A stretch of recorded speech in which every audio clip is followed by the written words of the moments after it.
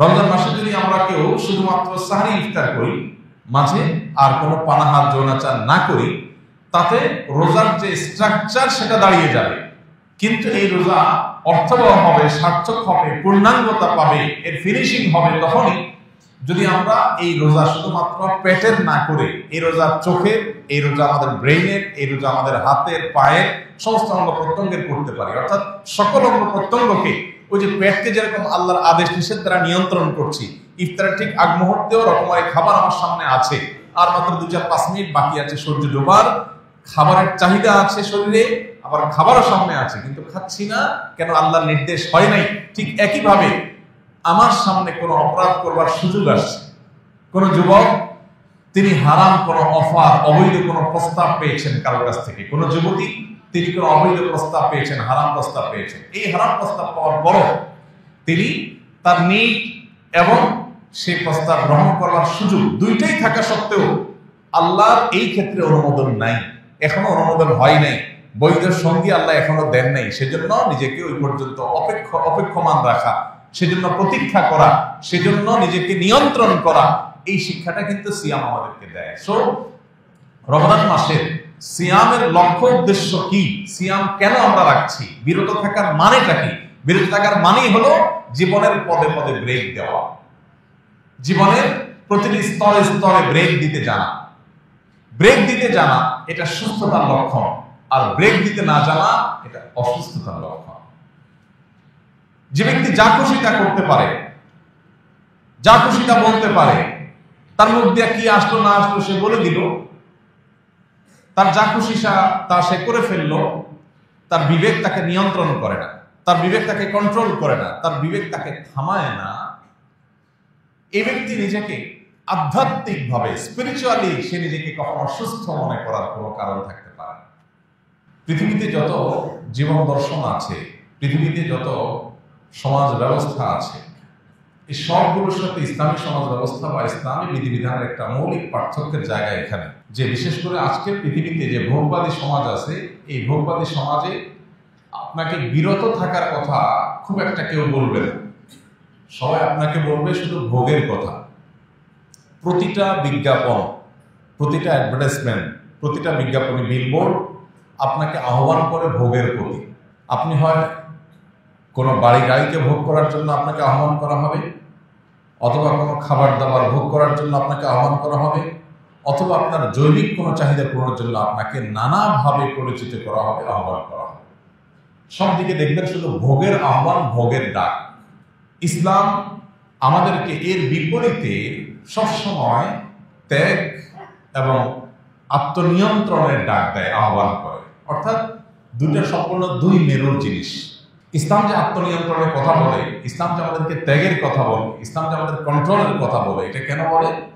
কারণ একটা সমাজ যদি স্থিতিশীল হতে হয়, একটা সমাজ যদি সুস্থ স্বাভাবিক থাকতে হয়, তাহলে সেই সমাজকে অবশ্যই আত্মনিয়ন্ত্রণ করার অভ্যাস গড়ে তুলতে হবে।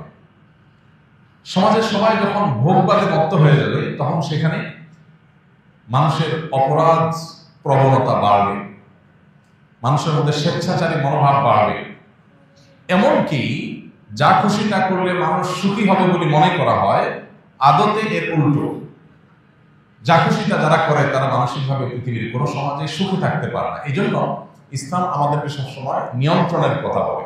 জৈবিক চাহিদা পূরণের কথা দেখবেন, ইসলাম আপনাকে বলবে যে আপনি আপনার জৈবিক চাহিদা পূরণ করবেন বৈধ ওয়েতে, আল্লাহর নির্দেশিত পথে, এর বাইরের পথে আপনি যাবেন না। ওয়াল্লাযীনা হুম লিফুরুজিহিম হাফিজুন, যারা তাদের সম্ভ্রমকে সংরক্ষণ করে, তাদের ইজ্জত আবরুকে কন্ট্রোল করে, তাদের যৌবনের চাহিদাকে তারা নিয়ন্ত্রণ করে আল্লাহর বিধিবিধান দ্বারা, এদেরকে আল্লাহ বলেছেন এরা সফল মুমিন, সার্থক মুমিন, তারা জান্নাতের অধিবাসী হবে। উলাইকুমুল ওয়ারিসুন আল্লাযীনা ইয়ারিসুনাল ফিরদাউসা হুম ফিহা খালিদুন, এরাই জান্নাতুল ফিরদাউসের অধিকারী হবে যারা কন্ট্রোল করা শিখছে। ঠিক একইভাবে খাওয়া দাওয়ার ক্ষেত্রে আপনি দেখবেন আল্লাহ বলেছেন কুলু ওয়াশরাবু, খাও পান করো, পানাহার করো, আল্লাহ ভোগের সুযোগ তোমাকে দিয়েছেন, অনুমোদন দিয়েছেন, কিন্তু ওয়ালা তুসরিফু, অপচয় করবে না। এই যে কন্ট্রোল, এই যে নিয়ন্ত্রণ। একজন আল্লাহর প্রতি অবিশ্বাসী মানুষ, তার অঢেল টাকা পয়সা হয়েছে, সে অঢেল টাকা পয়সা দিয়ে সে প্রচুর পরিমাণ খাবার অপচয় করতে পারে, অপব্যয় করতে পারে, যা খুশি তা করতে পারে, তার বিবেক তাকে বাধা দেয় না, কোন সমাজ, পৃথিবীর কোন বিচার তাকে বাধা দেয় না। তার সম্পদ সে 10 টাকার জায়গায় 10,000 টাকা খরচ করছে, যেখানে খরচ করার দরকার নেই সেখানেও সে খরচ করছে, তার বিলাসিতার জাহির সে করছে, তাকে কেউ নিষেধ করে না। কিন্তু একজন মুসলিম যখন আল্লাহতে বিশ্বাসী হয়, তখন ইসলাম কিন্তু তাকে কন্ট্রোল করতে পারে। তুমি খরচ করো, ভোগ করো, কিন্তু অপচয় তুমি করতে পারো না, তোমার টাকা নষ্ট তুমি করতে পারো না, অজায়গায় তুমি খরচ করতে পারো না, এর জন্য তোমাকে আল্লাহর কাছে জবাবদিহি করতে হবে। তাহলে বর্তমান যে ভোগবাদী সমাজ ব্যবস্থা, এই সমাজ ব্যবস্থার সাথে ইসলামের পার্থক্যটাই হলো ইসলাম আমাদেরকে নিয়ন্ত্রণের কথা বলে। আর নিয়ন্ত্রণ মানুষের মনুষ্যত্বকে, মানুষের মানবিক গুণাবলীকে ধরে রাখতে সাহায্য করে। আমাদের সমাজে আর যত বিশৃঙ্খলা দেখতে পাই আমরা, যত অনাচার দেখতে পাই, যত অপরাধ প্রবণতা দেখতে পাই, এই সবগুলো হলো নিয়ন্ত্রণহীনতা থেকে। আপনি একজন সরকারি বেসরকারি কর্মকর্তা, কোনো কাজ জায়গায়, কোনো অফিসের কোনো প্রতিষ্ঠানে, আপনার সামনে অবৈধভাবে সুযোগ গ্রহণ করা, ঘুষ গ্রহণ করা, অবৈধ উপার্জন করবার সুযোগ আপনার সামনে আসছে। আপনি চাইলেই সেটা করতে পারেন, কিন্তু আল্লাহ আপনাকে নিষেধ করেছেন, আল্লাহর সীমানা আছে এখানে, এটা আপনি ওভারটেক করতে পারেন না। সেই চিন্তা থেকে, সেই চেতনা থেকে আপনি সেই কাজটি করলেন না, আপনি নিজেকে বিরত রাখলেন। এর নাম ইসলাম। তো এই যে সিয়াম সাধনা আমরা করি, রমজান মাসে রোজা রাখি, এই রোজা মূলত আমাদেরকে সেই নিয়ন্ত্রণের কথা বলে। রোজা আমাদেরকে বলে আমরা যখন রোজা রাখি, আমাদের পেটে ক্ষুধা, আমাদের কণ্ঠে তৃষ্ণা, আমাদের সকল চাহিদা শরীরে থাকা সত্ত্বেও, হাতের নাগালে খাবার, পানীয় এবং নিজের চাহিদা পূরণ করবার সব উপাদান প্রস্তুত থাকা সত্ত্বেও আমরা সেগুলো দিয়ে আমাদের চাহিদা পূরণ করি না।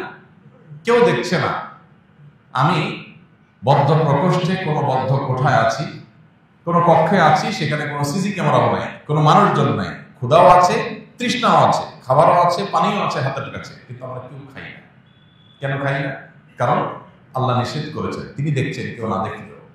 ঠিক একইভাবে আমি যখন একাকী থাকি, তখন মোবাইলে হারাম কোনো ভিডিও, ফুটেজ, ছবি দেখার সুযোগ আমার সামনে এসেছে, মনেও চাচ্ছে, সুযোগও আছে, কেউ দেখছেও না, তারপরেও আমার মনে হতে হবে যে আল্লাহ আমাকে দেখছেন এবং তিনি নিষেধ করেছেন, তার নিষেধাজ্ঞা অমান্য করলে শাস্তির মুখোমুখি হতে হবে। সেই ভয়ের চেতনা থেকে যদি আমি সেটাকে স্কিপ করে চলে যেতে পারি, এটাই হলো সিয়ামের বার্তা, সিয়ামের শিক্ষা, সিয়ামের প্রশিক্ষণ। এটাই হলো সিয়ামের লক্ষ্য, যে সিয়াম আমাদেরকে আল্লাহ দিয়েছেন, যে বিরত রাখা নিজেকে, এটা ট্রেনিং যেন আমরা করি। দিনের বেলায় 30 দিন আমরা দিনের বেলায় পান, আহার, যৌনাচার এগুলোর সুযোগ থাকা সত্ত্বেও, নিড বা প্রয়োজন থাকা সত্ত্বেও আমরা সেই পথে পা বাড়াই না আল্লাহর ভয়ে। অতএব এই যে বিরত থাকার শিক্ষা রমজান মাসে আমরা পেয়েছি, এটাকে আমাদের সামগ্রিক জীবনে যদি আমরা ইমপ্লিমেন্ট করতে পারি, বাস্তবায়ন করতে পারি, তবে আমাদের সেই সিয়াম সাধনা সার্থক হবে ইনশাআল্লাহ। তাহলে রমজান মাসের পুরো আয়োজন, সকল প্রচেষ্টাকে যদি আপনি সফল এবং সার্থক করতে চান, তাহলে আপনার প্রথম কর্মসূচি হতে হবে সিয়াম বা রোজার লক্ষ্য এবং উদ্দেশ্যকে মাথায় রেখে যথাযথ উপায়ে রমজান মাসে সিয়াম সাধনা করা, রোজা রাখা। এই জন্য ভাইরা, আজ অস্থিতিশীল পৃথিবীকে যদি আবার স্থিতিশীল করতে হয়, ডিপ্রেশনে হাবুডুবু খাওয়া সমাজকে যদি প্রকৃত সুখের সন্ধান দিতে হয়, তাহলে সিয়ামের শিক্ষাকে আমাদের জীবনে ধারণ করতে হবে। বিরত থাকা, ব্রেক দেওয়া, থামতে জানা, এটা আমাদেরকে শিখতে হবে। আল্লাহ আমাদেরকে সেই তৌফিক দান করুন। আমরা রমজান মাস জুড়ে রোজা রাখি, অনেকে প্রতি বছর রাখি, কিন্তু এই সিয়াম আমাদের মধ্যে সেই আবহাওয়া তৈরি করে না যে আবহাওয়া আমাকে মুত্তাকি করবে, পদে পদে আমি ব্রেক দিতে শিখবো। এর প্রধান কারণ হলো সিয়ামের লক্ষ্য উদ্দেশ্য মাথায় রেখে আমরা রোজা রাখি না। জাস্ট আল্লাহ ফরজ করেছেন সেজন্য, আল্লাহ তো ফরজ করেছেন, পাশাপাশি তার লক্ষ্য বলেছেন লাআল্লাকুম তাত্তাকুন, রোজা রাখলে আশা করা যায় তোমরা মুত্তাকি হতে পারবে। বিরত থাকা, থামতে শেখা, ব্রেক দিতে পারা, এটা শিখবে তোমরা। সামগ্রিক জীবনে যখন সেটাকে ইমপ্লিমেন্ট করবে, তখন তোমার জীবন সফল হবে, সার্থক হবে, মুত্তাকি হবে, খাঁটি মুমিন হবে, আল্লাহর প্রিয় বান্দা হবে, এবং তুমি সুখী মানুষ হবে দুনিয়াতে এবং আখিরাতে। সেই লক্ষ্যকে মাথায় রেখে আমাদেরকে প্রতিদিনের সিয়াম সাধনা করতে হবে। আজকে সিয়াম রেখে আমি সকাল থেকে এই পর্যন্ত পুরো সময়ের মধ্যে আল্লাহর কোনো অবাধ্য কাজ করেছি কিনা, আল্লাহর কোনো নাফরমানি করেছি কিনা, কোনো হারাম আমার দ্বারা হয়েছে কিনা, কারণ সমালোচনা তার অগোচরে হয়ে গেছে কিনা, কোথাও আমি উচ্চ বাচ্চ করে ঝগড়া ফাসাদ করে ফেলেছি কিনা, আমি আল্লাহ নিষিদ্ধ কোনো কাজ করেছি কিনা, এই বিষয়টা আমাকে নজরদারিতে রাখতে হবে। প্রশ্নের উত্তর আমার কাছ থেকে বের করতে হবে। যতদিন পর্যন্ত এইভাবে আমি সেলফ মনিটরিং সিস্টেমকে অন রাখবো, রোজা রেখে আমার নিজেকে নিয়ন্ত্রণ করবার, পর্যবেক্ষণ করবার এই সুযোগ যতদিন পর্যন্ত আমি খোলা রাখবো, চোখখান খোলা রাখবো, ততদিন পর্যন্ত আমার সিয়াম আমাকে ঠিকই মুত্তাকি বানাবে এবং রমাদানের এই পুরো সাধনা সার্থক হবে ইনশাআল্লাহ। আল্লাহ আমাদেরকে তৌফিক দান করুন। তাহলে 1 নম্বর পয়েন্ট বলেছি, আমাদের রমাদানের সকল সাধনা, সকল প্রচেষ্টা এটা সফল এবং সার্থক হবে যদি রমাদানের প্রধান আমল সিয়ামকে আমরা আদায় করি। শুধু আদায় করাই নয়, সিয়ামের লক্ষ্য, তার উদ্দেশ্য, সিয়াম যে আমাদের বার্তা দেয়, মেসেজ দেয়, সেই মেসেজটি আমরা গ্রহণ করতে পারি, ইনশাআল্লাহ এই রমাদানের সকল সাধনা, সকল প্রচেষ্টা সার্থক হবে। নাম্বার 2, সিয়ামের এই মাসে, রমাদানের এই মাসে তারাবির সালাত এটা অন্যতম গুরুত্বপূর্ণ আমল। নবী করিম সাল্লাল্লাহু আলাইহি সাল্লাম যখন এই সিয়ামের কথা বলেছেন, তার পাশাপাশি তারাবির সালাতের কথা বলেছেন। মান সামা রমাদান ঈমানান ওয়া ইহতিসাবান গুফিরা লাহু মা তাকাদ্দামা মিন যামবি। এরপরে বলেছেন ওমান কামা রমাদান ঈমানান ওয়া ইহতিসাবান গুফিরা লাহু মা তাকাদ্দামা মিন যামবি। সিয়ামের পুরস্কার স্বরূপ আল্লাহ তাআলা পূর্বের গুনাহ যেমন মাফ করে দিবেন, ঠিক একই ভাবে যদি কেউ তারাবির নামাজ আদায় করে, তাহলে তাকে আল্লাহ তাআলা পূর্বের গুনাহ খাতা মাফ করে দিবেন ওয়াদা করেছেন। আমাদের বাংলাদেশের সমাজ বাস্তবতায় আমরা কৈশোর থেকে, ছেলেবেলা থেকে দেখে আসছি যে সমাজের বিপুল সংখ্যক মানুষ, মুসলমানরা, তারা রমজান মাসে দিনের বেলা রোজারা যেমন রাখেন, রাতের বেলায় তারাবিটাও আলহামদুলিল্লাহ আদায় করার চেষ্টা করেন। এখন দিন যত অতিবাহিত হচ্ছে, ভোগবাদের দিকে আমরা অনেক বেশি ডুবে যাচ্ছি, ভোগবাদের এই অতল গহ্বরে আমরা হারিয়ে যাচ্ছি ধীরে ধীরে। এই কারণে মসজিদগুলোতে তারাবির নামাজে অংশগ্রহণকারী মানুষের সংখ্যা আগের তুলনায় আস্তে আস্তে কমছে, এবং প্রথম 2, 4, 5, 7 দিন কিছু মুসল্লি থাকলেও খুব দ্রুততার সাথে সেই মুসল্লি কমে যাচ্ছে। এই যে একটা প্রবণতা আমাদের সমাজে শুরু হয়েছে, এর কারণ কি? এর কারণ হলো ওই যে 1-1.5 ঘন্টা বা 2 ঘন্টা দাঁড়িয়ে কোরআনে কারীম এর তেলাওয়াত শোনার মতো ধৈর্য আমাদের হয় না। অর্থাৎ আমরা আমাদের ঈমানি যে চেতনা, তাকওয়ার যে চেতনা, সেটা থেকে এত দূরে সরে গেছি যে সারা বছরের মধ্যে একটি মাস কোরআনের 1 ঘন্টার জন্য দিনে, 1.5 ঘন্টার জন্য দিনে সংস্রমে আসবো, সেই সময়টুকু পর্যন্ত আমরা বের করতে পারি না। দুনিয়া আমাদেরকে আষ্টে পৃষ্ঠে এমন ভাবে বেঁধে ফেলেছে যে 1-1.5 ঘন্টা কোরআন তেলাওয়াত শোনার মতো ধৈর্য আমাদের নাই। এখান থেকে পরিমাপ করা যেতে পারে যে আমাদের ঈমানের অবস্থা, তাকওয়ার অবস্থা কতটা ভয়াবহ। নেক্সট সুরতে ধোঁকা শুরু হয়েছে যে তারাবির নামাজ ফরজ না, সুন্নত। সুন্নাত মানে হলো যেটা নিয়ে ঢিলামি করা যায়, ঘড়িবসি করা যায়, এমন একটা টেন্ডেন্সি আমাদের মধ্যে আসছে। আবার আলহামদুলিল্লাহ উলামা ইকরামের দীর্ঘদিনের প্রচেষ্টা, দীর্ঘদিনের দাওয়াতের ফসল স্বরূপ তারাবির নামাজের গতি সারা দেশের মসজিদগুলোতে একটু হলেও কমতে শুরু করেছে। তারাবির নামাজের গতি কমাটা ভালো না খারাপ? সবকিছুর গতি ভালো না। কোনো কোনো কিছু আছে গতিটা তো কম থাকে, কোয়ালিটি তত ভালো হয়। তারাবির নামাজ বা যে কোনো নামাজের ক্ষেত্রে একই কথা প্রযোজ্য, ধীরস্থিরতাটা এখানে ইম্পর্টেন্ট। নবী করিম সাল্লাল্লাহু আলাইহি সাল্লাম তিনি যখন রাতে তাহাজ্জুদ পড়তেন, তারাবি পড়তেন, তখন তার অবস্থা কি ছিল? সাহাবায়ে কেরামের বর্ণনা হলো যে তিনি এত দীর্ঘ সময় দাঁড়িয়ে কোরআনের তেলাওয়াত করতেন নামাজে রাতে, যে তার পা মুবারক ফুলে যেত। আমাদের পা মাঝে মধ্যে ফুলে। একটা মানুষ কত সময় দাঁড়িয়ে থাকলে পা ফুলতে পারে? কত সময় রুকুতে থাকলে, রুকু কতক্ষণ লাস্টিং করলে তার শরীরের ভারে পা ফুলে যেতে পারে? কতক্ষণ? একটু কি আমরা কল্পনা করতে পারি? আপনার তারাবি যদি 2-2.5 ঘন্টা ধরে তেলাওয়াত করেন, একটু বেশি তেলাওয়াত করেন, ধীরে ধীরে তেলাওয়াত করেন, তাহলে বড়জোর আপনার পায়ের মধ্যে একটু ব্যথা অনুভব করবে, কিন্তু পা ফুলে যাওয়া এটা স্বাভাবিক বিষয় না। আপনি যদি 2 রাকাত নামাজে 15, 20, 30 মিনিট করে করে আপনি যদি এরকম দীর্ঘ তারাবির নামাজ শেষ করেন, তাহলে হয়তো আপনার পা একটু ফুলতে পারে। নবী সাল্লাল্লাহু আলাইহি ওয়াসাল্লাম যাকে আল্লাহ তাআলা পূর্বের পরের সব মাফ করে দিয়েছেন, আগাম ঘোষণা দিয়েছেন, তিনি পর্যন্ত যদি এইভাবে রাত জেগে তারাবি পড়েন, এইভাবে তাহাজ্জুদ আদায় করেন, তাহলে 1-1.5 ঘন্টার জন্য তারাবির নামাজের সময় যদি আমাদের না হয়, তাহলে এই রমজান দিয়ে, এই রমজানের রোজা দিয়ে, এই রমজানের ইবাদত দিয়ে আল্লাহর কাছে কোন মুখে জান্নাতের জন্য আর্গুমেন্ট করব? ভাইরা আমার, সাহাবায়ে কেরামের তারাবি কেমন ছিল? মুয়াত্তা মালিকের একটি হাদিস থেকে জানা যায়, সাহাবীদের বেশিরভাগের তারাবির চিত্র ছিল যে তারা যখন তারাবি শুরু করতেন, তারাবি শেষ করতে করতে তাদের প্রায় দিনই রাত প্রায় শেষ হয়ে যেত। সাহরি খাওয়ার জন্য তারা বাসায় যেতেন, সাহরি খেয়ে এসে আবার ফজর করতেন। এখন আপনি বলবেন, এটা কি আমাদের দ্বারা সম্ভব?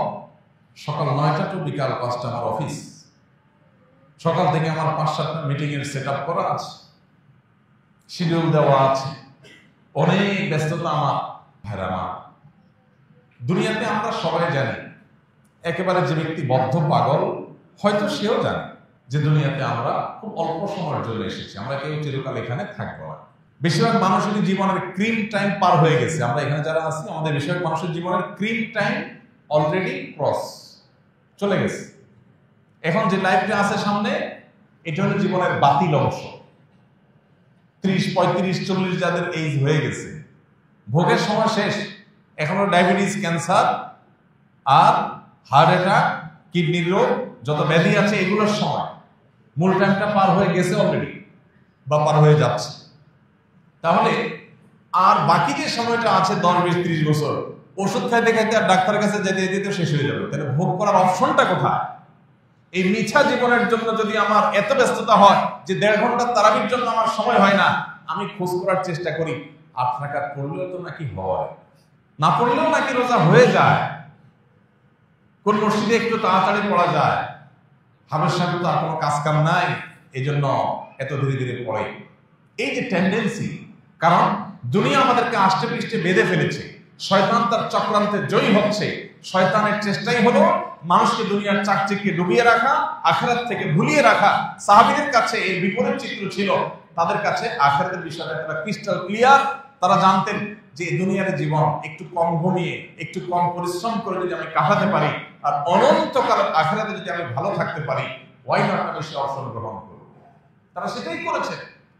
তাদের কাছে দুনিয়াটা ছিল টুকটাক, আর আখিরাতটা ছিল ঠিকঠাক। আর আমাদের এসে উল্টা, নামাজ, রোজা, তারাবি এগুলো হলো টুকটাক, অফিস আদালত, চাকরি বাকরি, ব্যবসা বাণিজ্য সেগুলো হলো ঠিকঠাক। আপনি যদি দুনিয়াতে 2000 বছর থাকতেন আর আখিরাতে মাত্র 20 বছর থাকা লাগতো, তাহলে আপনার এই সঠিক ছিল। কিন্তু আপনি দুনিয়াতে থাকবেন 20, 40, 60, 70, 80 বছর, তাও কোনো গ্যারান্টি নেই কখন থাকবেন, কখন চলে যাবেন। আর আখিরাতে অনন্তকালের জন্য যাবেন, কোনো আর ব্যাকের অপশন নাই। তাহলে সেই সময়ের জন্য কি পরিমাণ পরিশ্রম করা দরকার। আমাদের রমাদান এর যে বরকত, সেটা থেকে আমরা বঞ্চিত হচ্ছি। এর দ্বিতীয় কারণ হলো যে আমরা অনেকেই তারাবিকে সেভাবে হক আদায় করছি না। একদিন পড়ছি তো 3 দিন পড়ছি না, পড়ছি তো ওই যে 8 রাকাত, 10 রাকাত, কত ফাঁক ফোকর পাওয়া যায়, কত শর্টকাট করা যায়। এক হলো যে আপনি 8 রাকাত তারাবির সপক্ষে যে সমস্ত ওলামায়ে কেরাম রয়েছেন, তাদের দলিল দ্বারা আপনি একবারে কনভিন্সড বা আপনি তাদের অনুসারী, সেটা একটা বিষয়। কিন্তু আজকাল এটা একটা রোগে পরিণত হয়েছে অনেকের, যে কিভাবে কত শর্টকাট করা যায়। নবী সাল্লাল্লাহু আলাইহি ওয়াসাল্লাম বলেছেন, যে ব্যক্তি ইমামের সাথে এশার নামাজ পড়বে এবং ইমাম চলে যাওয়া পর্যন্ত সে থাকবে, ইমাম চলে যাওয়া পর্যন্ত, নামাজ শেষ করে ইমাম সমাপ্ত করে শেষ করা পর্যন্ত বা বিদায় হওয়া পর্যন্ত যে ব্যক্তি থাকবে, ওই ব্যক্তিকে আল্লাহ তাআলা রাত জেগে ইবাদতের সওয়াব দান করবে। অর্ধরাত জেগে ইবাদত করার সওয়াব পেতে হলে আপনাকে ইমাম যাওয়া পর্যন্ত থাকতে হবে। আপনি মাঝপথে চলে গেলে এই সওয়াব আপনি পাবেন না, এটা পরিষ্কার। শেখ মোহাম্মদ সালেহ আল মুনাজ্জির হাফিজাহুল্লাহ, ইসলামিক ইউনিভার্সিটি সৌদি আরবের সবচেয়ে বিখ্যাত, বিশ্ববিখ্যাত ফতোয়া ওয়েবসাইট, সেখানে পরিষ্কারভাবে মাসালা লিখেছে, কেউ যদি 20 রাকাত নামাজ হয় কোথাও, সেখানে 8 রাকাত পড়ে চলে যায়, এই ফজিলত সে পাবে না। কারণ রাসূল শর্তই দিয়েছেন ইমাম যাওয়া পর্যন্ত থাকতে হবে। আপনি প্রয়োজন বসে তেলাওয়াত করেন, কিন্তু আপনি যদি চলে যান, এই সওয়াব আপনি পাবেন। তো যাই হোক, এই যে তারাবি না পড়া, বা কমায় ফেলা বা ফাঁক দিয়ে বের হয়ে যাওয়া অথবা আপনার শর্টকাট করার চেষ্টা, হাফেজ সাহেবদেরকে তাড়া দেওয়ার চেষ্টা, এগুলো অনেকাংশেই আমাদের দুনিয়ামুখিতা বেড়ে যাওয়ার কারণে হয়েছে। এই জন্য ভাইয়া, রমজানকে সার্থক করতে হলে তারাবির প্রতি আমাদের আরো মনোযোগী হতে হবে। তারাবির তেলাওয়াত হাফেজ সাহেবদেরকে এমনভাবে করতে বলতে হবে যেন আপনি স্পষ্ট বুঝতে পারেন। শুধু শেষে আলামুন আর তালামুন বুঝেন, মাঝখানে তার কিছু বুঝেন না। এটা কি তারাবি না তামাশা? মুসলিমদের মধ্যে রীতিমতো এটা নিয়ে গর্ব করা করি হয় যে আমাদের আজকে 9:30 শেষ হয়েছে, ও মসজিদে 9:25 শেষ হয়েছে। কি তুকুর হাফেজ, মানে যে হাফেজ যত আগে শেষ করতে পারে সে হাফেজ নাকি তত তুকুর।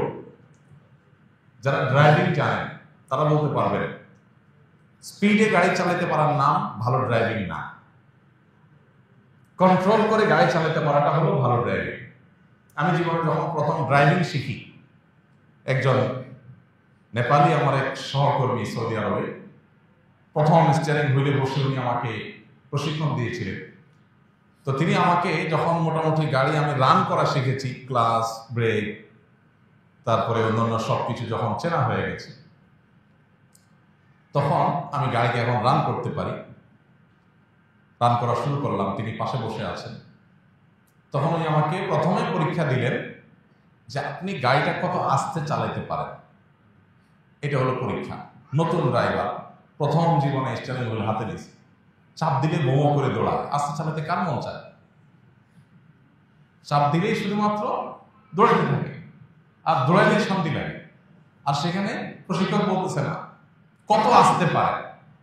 এরপর এক পর্যায়ে উনি নেমে গেলেন গাড়ি থেকে, নেমে বলেন আমি খুব ধীরে ধীরে হাঁটবো একটা বাচ্চার মতো, ঠিক আমার সাথে তাল মিলায় গাড়ি চালাতে পারেন কি? আমি দেখি কিন্তু ডিফিকাল্ট। ম্যানুয়াল গিয়ার হলে গাড়ি বন্ধ হয়ে যাচ্ছে, স্টার্ট বন্ধ হয়ে যাচ্ছে। এত আস্তে চালাতে গেলে বন্ধ হয়ে যাচ্ছে, স্কার্টারের সাথে ক্লাচের সমন্বয় করা কঠিন হয়ে যাচ্ছে। তখন বলেন যে ড্রাইভার হয়ে উঠতে হলে আস্তে চালানো শিখতে হবে। জোরে সবাই চালাতে পারে, জোরে চালানোর পরে দাঁড়ান দৌড়ান কোথাও মারছেন না মারছেন তো পরের ইস্যু, কিন্তু আস্তে যে চালাতে পারে, নিয়ন্ত্রণ যে করতে পারে, সে হলো ড্রাইভার। তা হাফেজ সাহেব কি করছে মাঝখান দিয়ে কিচ্ছু বললেন না, তুফানের মতো ফেনা চলে ফেললো না, শুধু আলামুন আর তালামুন বললো। আপনি বললেন বাপরে বাপ কি হাফেজ, কিছুই বোঝা যায় না। যেমন মুসল্লি তেমন হাফেজ। এই জন্য তেলাওয়াত ধীরে ধীরে করতে পারা এটা সব হাফেজ পারে না, তুফুর ভাবে হুলস্থুল ভাবে সবাই করতে পারে। এই জন্য ভাই রমজান মাস জুড়ে আমরা চেষ্টা করবো ইনশাআল্লাহ আমাদের তারাবির নামাজে আরো বেশি মনোযোগী হতে। তারাবির নামাজকে অর্থবহ করবার জন্য আমরা একটা বই গত বছর লিখেছিলাম, তারাবির সালাতে কোরআনের বার্তা। বাংলাদেশে যত ধর্মীয় বই বিক্রি হয়েছে রকমারির অ্যালগোরিদম অনুযায়ী, তাদের হিসেব অনুযায়ী এই বইটা বাংলাদেশের সর্বোচ্চ ধর্মীয় ক্যাটাগরির সর্বোচ্চ বিক্রিত বই, তারাবির সালাতে কোরআনের বার্তা। এটাও ইমাম সাহেবের কাছে পেয়ে যাবেন, হয়তো আপনারা নিতে পারেন কারো লাগবে। আমি যেখানে তারাবি পড়ি আমার বাসার পাশে মসজিদে, সেখানে আমি চেষ্টা করি যেদিনই থাকি প্রতিদিনই তারাবির সারসংক্ষেপটা আমি 5-7 মিনিটে মুসল্লিদের সামনে তুলে ধরি। 3-4 পৃষ্ঠায় সারসংক্ষেপটা তুলে ধরা আছে।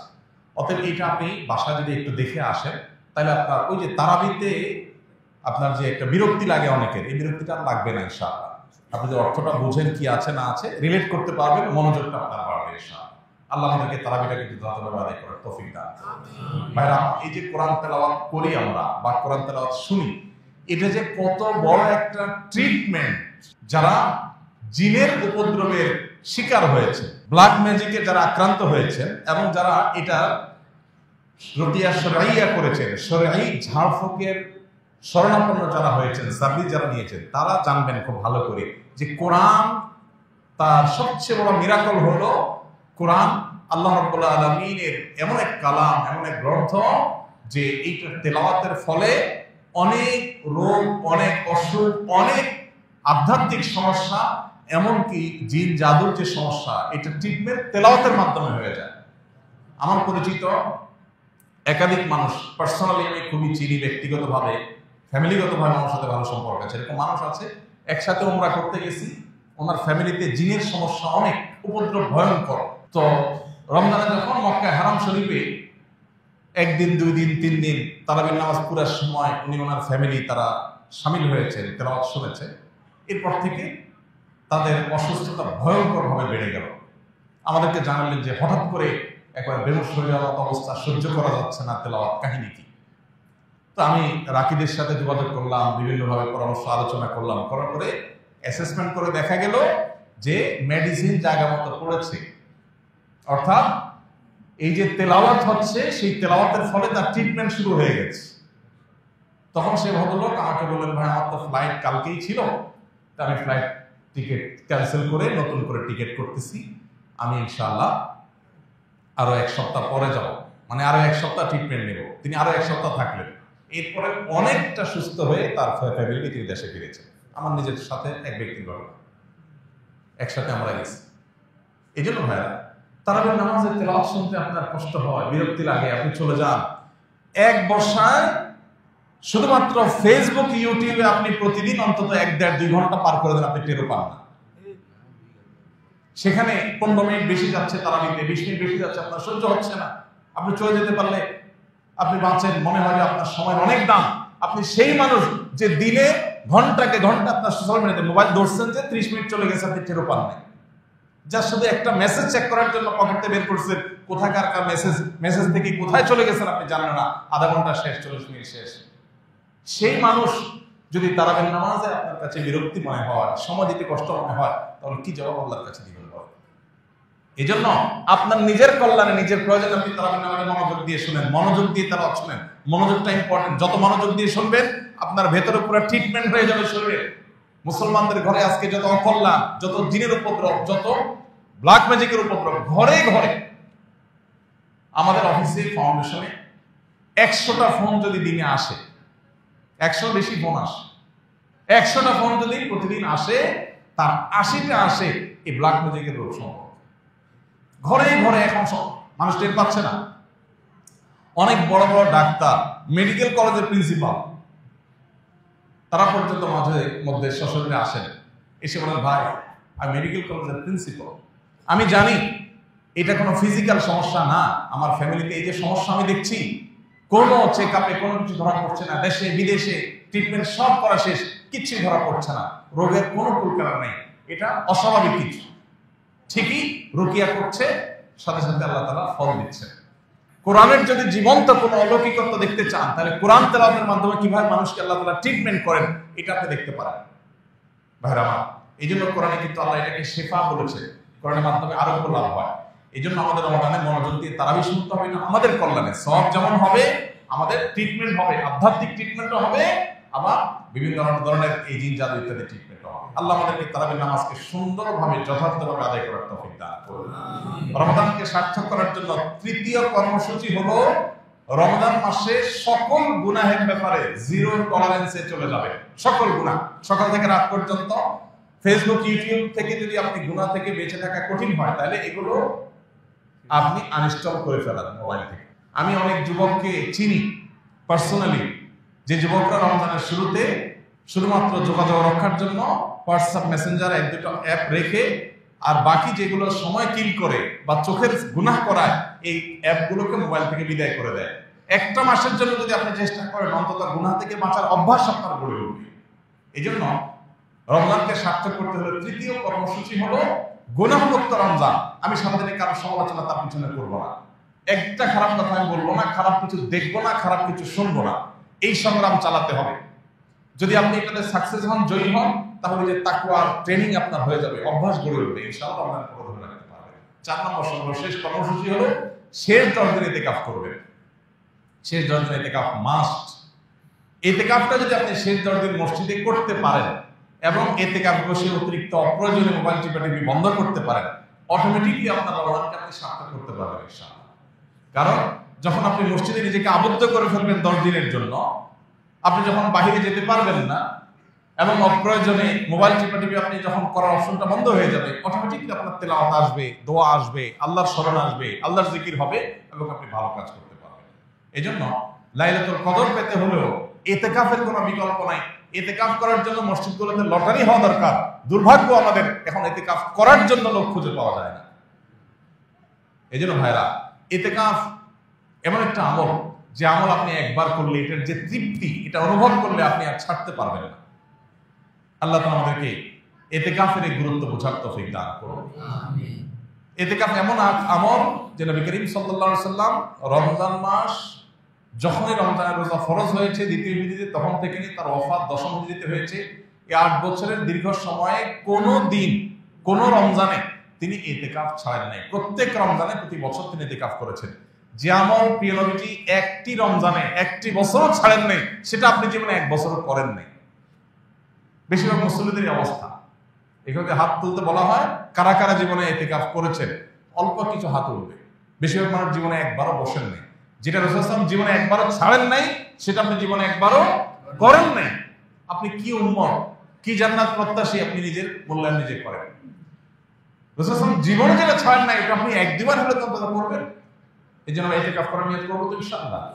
এখন থেকে বলতেছি, কারণ ইতিকাফ 20 রমজান সন্ধ্যা সূর্য ডোবার আগে আগে আপনাকে শুরু করতে হবে। তখন বললে তো আর আপনি প্রস্তুতি নিতে পারবেন না। এখন আগে থেকে বললাম 10-12 দিন সময় আছে, এর মধ্যে আপনি প্রস্তুতি নেন, প্রিপারেশন নেন, পরিকল্পনা করেন। তাহলে এই চতুর্মুখী চেষ্টা যদি আপনি করেন, তাহলে ইনশাআল্লাহ আপনার এই মাসটাকে আপনি সাকসেস করতে পারবেন। আল্লাহ আমাদেরকে রমজানের সকল অর্জন, সকল সুফল, সকল মাগফিরাত, নাজাত, রহমত, বরকত, কল্যাণ, সওয়াব, আজর এগুলোকে আল্লাহ তাআলা আমাদের আমলনামায় নিজের ঘরে তোলার তৌফিক দান করুন। ভাইরা আমার, বহু মানুষ আমাদের সাথে এই মসজিদে হয়তো গত রমজানে ছিলেন, এই রমজানে তারা নাই। এই মহিপল্লীর বহু পুরাতন বাসিন্দা আছেন। আল্লাহ জহির সাহেব মসজিদের সহসভাপতি ছিলেন, কোভিড-19 সময় দুনিয়া থেকে চলে গেছে। এখনো চোখের সামনে ভাসে কিভাবে তিনি পায়চারি করতেন, ভালো মন্দ মানুষের মধ্যে থাকে, কিন্তু চাতক পাখির মতো চেয়ে থাকতেন যে কোনো রাস্তাঘাট যেন নষ্ট না হয়, কেউ যেন অনাচার না করে। এটা তার একটা ভালো গুণ ছিল। উল্টাপাল্টা দেখলে সেখানে গিয়ে থামানোর চেষ্টা করতেন। জেলাজন্ত একজন মানুষ হঠাৎ করে চলে গেলেন, শেষ, আর কোনোদিন আসবেন না, শেষ, নো রিটার্নের পর্যায়ে চলে গেছেন, সেই জগতে চলে গেছে। আর অনেকে আমাদের ছিলেন এখানে, যাদের জানাজা আমরা পড়েছি গত 1 বছরের মধ্যে, তারা আর আসবেন না। আমরা এখানে যারা বসে আছি এখন, আমি কিংবা আপনি, হয়তোবা সামনের রমজানের আগে আগে দুনিয়া থেকে আমরা চলে যাবো। সামনের রমজানে হয়তো এই মসজিদ থাকবে, আমরা অনেকে এখান থেকে আমাদেরকে তুলে নেওয়া হবে, শেষ। এটাই জীবনের শেষ সুযোগ, এটাই জীবনের শেষ রমজান। সেই চিন্তা থেকে আসল রমজানের অবশিষ্ট দিনগুলোকে যথাযথভাবে কাটানোর চেষ্টা করি। প্রতিদিন একটা সময় অবশ্যই আল্লাহর কাছে বিশেষভাবে দোয়ার মনোনিবেশ করি। রমজান মাসে দোয়াটা খুব বেশি হওয়া দরকার, দোয়া আমাদের হয় না। কমপক্ষে 5-10 মিনিট হাত তুলে চোখের পানি ফেলে আল্লাহর সাথে 10টা মিনিট আপনি ডেইলি কথা বলেন। 24 ঘন্টার মধ্যে 10টা মিনিট দোয়ার জন্য বরাদ্দ রাখেন। ইফতারের আগে হুলস্থুল কোনোভাবে আমরা থামাইতে পারি না। ইফতারের 15 মিনিট আগে বাসার সমস্ত আয়োজন স্টপ করে দেন, যা যেখানে আছে। এইভাবে পেঁয়াজি এখনো চুলার উপরে আছে, চুলা বন্ধ করে দেন। এই পেঁয়াজি মাগরিবের পরে খাবে আজকে আর দরকার নাই, কারণ এখন এটা করতে গেলে আজকের দোয়াটা মিস হয়ে যাবে। 15 মিনিট আছে, এখন পরিবারের সময় আল্লাহর কাছে হাত তোলেন। ইফতারের আগে দোয়া কবুল হয়। ভোর রাত দোয়া কবুলের সময়, ভোর রাতে উঠেও আমরা মোবাইল টিপি বন্ধ হয় না। ফেসবুকের নোটিফিকেশন, যুবক পোলাপানের মা বাপ চিল্লাইতে মোবাইল হাত থেকে রাখে না। এরপর এসে খাবে, এমন সময় খাবে যে তার খাবারের প্লেট এক হাতে, আর এক হাতে খাবারের লোকমা, আর এদিকে মসজিদের মুয়াজ্জিনের হাতে মাইক। কম্পিটিশন চলে, কে আগে দেয়, কি মুয়াজ্জিন আগে আজান শুরু করে দেয়, সে আগে শেষ করতে পারে, কম্পিটিশন হয়। এটা কি সাহারি না তামাশা? শেষ সময় সাহারি করতে বলা হয়েছে, এর মানে এই না যে লাস্ট মিনিট পর্যন্ত আপনি খাবেন। নবী করিম সাল্লাল্লাহু আলাইহি ওয়াসাল্লাম সাহারি খেয়ে শেষ করে ফজর নামাজ শুরু করতেন, মাঝখানে 50 আয়াত তেলাওয়াতের মতো আনুমানিক 10 মিনিট সময় গ্যাপ থাকতো। তাহলে শেষের দিকে সাহারিতে শেষে করেন আর আগে করেন, ভোর রাতে যখন উঠেন একটু দোয়া, এটা যদি আপনি করেন ইনশাআল্লাহ বিদিল্লাহ রমজানটা আপনার কাছে প্রাণবন্ত হবে, উপভোগ্য হবে। আপনি রমজানকে ফিল করতে পারবেন। 10টা মিনিট করে ডেলি কাটার ব্যবস্থা করার অভ্যাস করেন, পরিবারের সব সদস্যদেরকে নিয়ে বা যার যার মতো করে সবাই দোয়া করেন। চেষ্টা করব তো ইনশাআল্লাহ। আল্লাহ আমাদেরকে তৌফিক দান করুন। আস-সুন্নাহ ফাউন্ডেশন, উম্মার স্বার্থে সুন্নাহর সাথে।